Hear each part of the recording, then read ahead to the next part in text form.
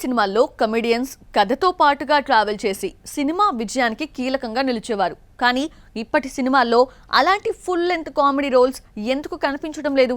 Comedians తగ్గిపోయారా, లేక వాళ్ళ కోసం రోల్స్ క్రియేట్ చేసే రచయితలే తగ్గిపోయారా?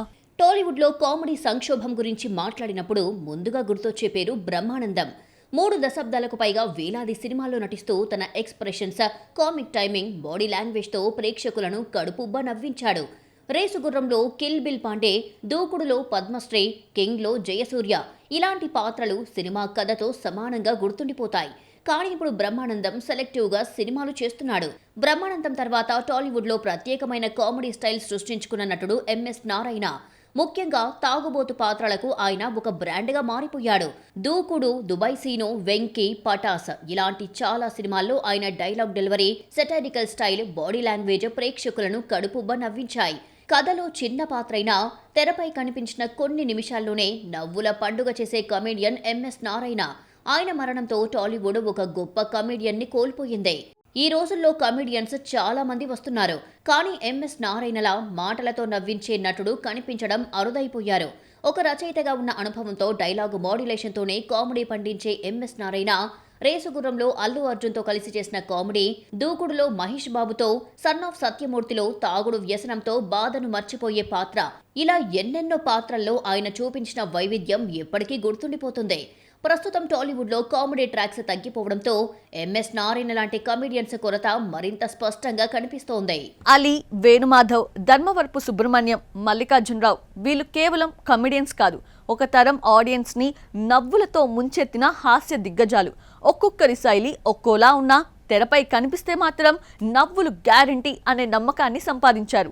కానీ వాళ్ళ తర్వాత అలాంటి ప్రత్యేకమైన ఐడెంటిటీ ఉన్న కమెడియన్స్ ఎందుకు తగ్గిపోతున్నారు? బ్రహ్మానందం, ఎంఎస్ నారాయణ తర్వాత టాలీవుడ్ కామెడీకి మరో మూల స్తంభంగా నిలిచిన నటుడు అలీ. హీరోగా చేసిన కామెడీని వదులుకోలేదు. గోదావరి యాస, వెరైటీ డైలాగ్ డెలివరీ, భయపడుతూ చేసే కామెడీ, స్పూఫ్ క్యారెక్టర్స్ ఇలా తనకంటూ ప్రత్యేకమైన శైలిని సృష్టించుకున్నాడు. ఈడియట్, దేశముదురు, కిక్, సీమశాస్త్రి, ధమాకా వరకు ఎన్నో సినిమాల్లో నవ్వులు పంచాడు. అయితే గత కొన్నేళ్లుగా అటు పాలిటిక్స్, ఇటు టెలివిజన్ షోలు మారిన సినీ ట్రెండ్ కారణంగా అలీ పూర్తి స్థాయి కామెడీ పాత్రలు చేయడం లేదు. ఒకప్పుడు సినిమా మొత్తం నవ్వించిన అలీ ఇప్పుడు ఎక్కువగా క్యారెక్టర్ రోల్స్, క్యామియో పాత్రలకే పరిమితమవుతున్నాడు. టాలీవుడ్లో కామెడీ గురించి మాట్లాడితే వేణుమాధవ్ను మర్చిపోలేం. మిమిక్రీ ఆర్టిస్టుగా వచ్చిన ఆయన తన ప్రత్యేక డైలాగ్ డెలివరీ, తెలంగాణ యాస, బాడీ లాంగ్వేజ్తో స్పెషల్ ఐడెంటిటీ క్రియేట్ చేసుకున్నాడు. ఛత్రపతిలో అపరిచితుడు స్పూఫ్, లక్ష్మిలో టైగర్ సత్తి, దిల్, సై, సింహాద్రి ఇలాంటి సినిమాల్లో ఆయన చేసిన కామెడీ ట్రాక్స్ ఇప్పటికీ ప్రేక్షకులను నవ్విస్తూనే ఉంటాయి. అయితే ఆరోగ్య సమస్యలతో సినిమాలకు దూరమైన వేణుమాధవ్ 2019లో అకాల మరణం చెందడంతో టాలీవుడ్ ఒక సహజ సిద్ధమైన కామెడీ టాలెంట్ను కోల్పోయింది. ముఖ్యంగా మిమిక్రీ, యాస, ఫిజికల్ కామెడీని ఒకే పాత్రలో పండించగల నటులు ఇప్పుడు కనిపించడం లేదనే అభిప్రాయం పరిశ్రమలో వినిపిస్తోంది. టాలీవుడ్లో సహజమైన కామెడీకి చిరునామాగా నిలిచిన హాస్య నటుడు ధర్మవరపు సుబ్రహ్మణ్యం ఎలాంటి అతిశయోక్తులు లేకుండా తన అమాయకమైన హావభావాలు, స్లో డైలాగ్ డెలివరీ, ప్రత్యేకమైన రియాక్షన్స్తో ప్రేక్షకులను నవ్వించగలడు.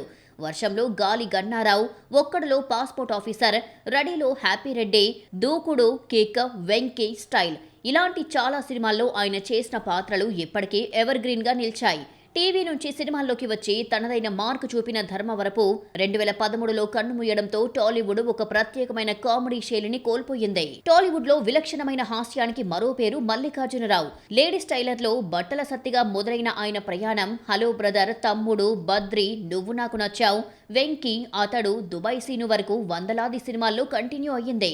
ప్రత్యేకమైన డైలాగ్ డెలివరీ, అమాయకమైన హావభావాలు, గ్రామీణ పాత్రల్లో సహజ నటన ఆయనను ప్రేక్షకులకు మరింత దగ్గర చేశాయి. హీరో పక్కన చిన్న పాత్రలో కనిపించిన తన కామెడీతో సీన్ మొత్తాన్ని దొంగలించే సత్తా ఆయన సొంతం.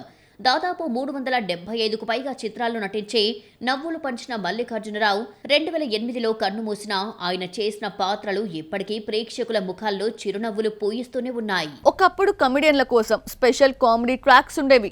వారి కామెడీ కోసం ఆడియన్స్ థియేటర్స్కి వచ్చేవారు. కానీ ఇప్పుడు చాలా మంది కమెడియన్స్ హీరోలు, విలన్స్, క్యారెక్టర్ ఆర్టిస్టులుగా మారిపోతున్నారు.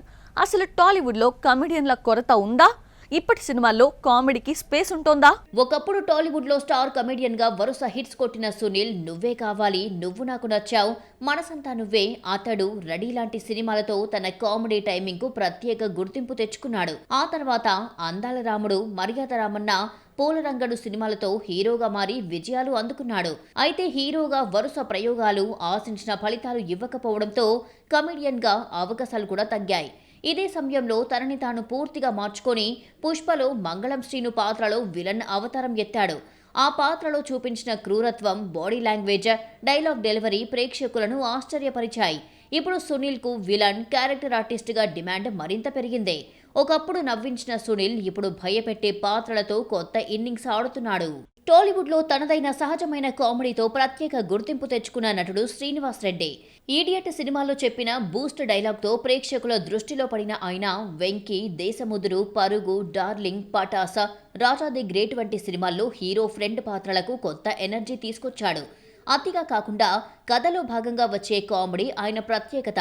కమెడియన్ గా 100కు పైగా సినిమాలు చేసిన శ్రీనివాస్ రెడ్డి గీతాంజలి, జయమ్ము నిశ్చయమ్మురా వంటి చిత్రాల్లో హీరోగాను మెప్పించారు. కానీ హీరోగా మారిన తర్వాత కామెడీ ట్రాక్స్ తగ్గిపోవడం, సినిమాల్లో కమెడియన్లకు ప్రత్యేక స్థానం క్రమంగా తగ్గడం వల్ల ఆయన కూడా ఎక్కువగా క్యారెక్టర్ రోల్స్ వైపు మళ్లాడు. సప్తగిరి కెరియర్ ను చూస్తే టాలీవుడ్ లో కామెడీ ఎలా మారిందో అర్థమవుతుంది.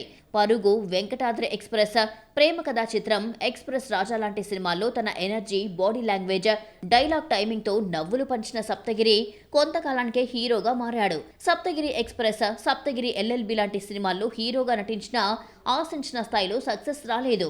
ఆ తర్వాత మళ్లీ క్యారెక్టర్ రోల్స్, కామెడీ పాత్రల వైపు మళ్లాల్సి వచ్చింది. ఇది ఒక్క సప్తగిరి కథే కాదు, టాలీవుడ్ లో చాలా మంది కమెడియన్ల పరిస్థితి కూడా ఇలాగే మారింది. ఒకప్పుడు కమెడియన్ల కోసం ప్రత్యేకంగా ట్రాక్స్ రాసేవారు. ఇప్పుడు కథలో భాగంగా చిన్న చిన్న పాత్రలకే పరిమితం అవుతున్నారు. అందుకే కొత్త తరం కమెడియన్లు వచ్చిన బ్రహ్మానందం, ఎంఎస్ నారాయణ, అలీ, వేణుమాధవ్ల స్థాయిలో లాంగ్ పీరియడ్ నిలబడలేకపోతున్నారు అనే చర్చ ఇండస్ట్రీలో వినిపిస్తోంది. తో ప్రేక్షకులను నవ్వించాడు. ముఖ్యంగా మత్తు వదలరాలో యేసుదాసు పాత్రతో కొత్త తరహా కామెడీకి బ్రాండ్ గా మారాడు. ఒకప్పుడు బ్రహ్మానందం, ఎంఎస్ నారాయణల మాదిరిగా ఫుల్ లెంత్ కామెడీ ట్రాక్స్ లేకపోయినా కథలో భాగంగా ఉండే పాత్రలతోనే ప్రభావం చూపిస్తున్నాడు. అయితే సత్య లాంటి ప్రతిభావంతులైన కమెడియన్లు ఉన్నా వాళ్ల చుట్టూ ప్రత్యేక కామెడీ ఎపిసోడ్లు రాసే పరిస్థితి లేకపోవడం, కామెడీని కథలో కలిపేయడం వల్ల స్టార్ కమెడియన్ హవా కనిపించడం లేదనే అభిప్రాయం ఇండస్ట్రీలో వినిపిస్తోంది. ఇంకా కామెడీని social media reels, YouTube skits భర్తీ చేస్తున్నాయి.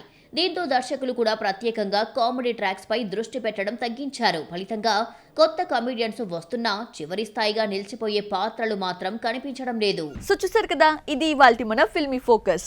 నెక్స్ట్ ఫిల్మీ ఫోకస్ లో మళ్ళీ కలుద్దాం. Till then keep watching NTV.